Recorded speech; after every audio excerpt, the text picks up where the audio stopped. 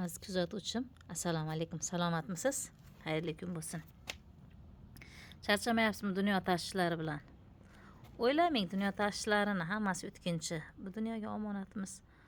Vaqtincha ijarada yashash uchun kelganmiz. Muhtaram kuzatuvchi, shuni bir yana sizga eslatyapman. Boylik, dunyo harakatlarimiz hammasi dunyo boyliklarimiz hammasi o'tkinchi.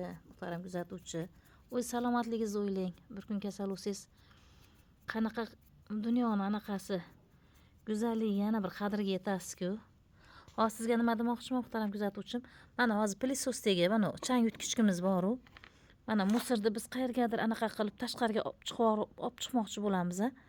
Ana musir qoplarga solamiz. Yo'q, unday qilmaymiz. Buning ichida ushoqlar ham bor, hamma narsa bor-da mana. Hozir mana qillarini men anaqa olib oldim. Qaychi bilan. Bu Koreyadan kelgan hozir. O'zbekistonimizda ham hozir bunaqalar tug'ilyotibdi-yu.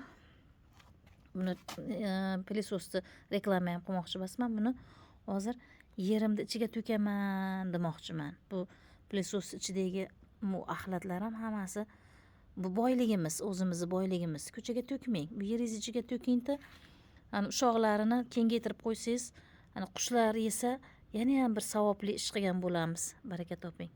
Hammaga xayrli kun bo'lsin. Ushoqni uvol qilmang degan maqsadda shuni sizga anaqa qilib kadrda oldim, qisqa kadrda. Kuningiz xayrli o'tsin, barokatli o'tsin ilohim.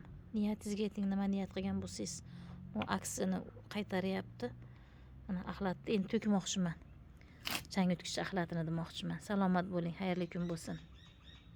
Qushlar sayrashni qarang. Voy, Allohning ne'matlari bizga qancha, a?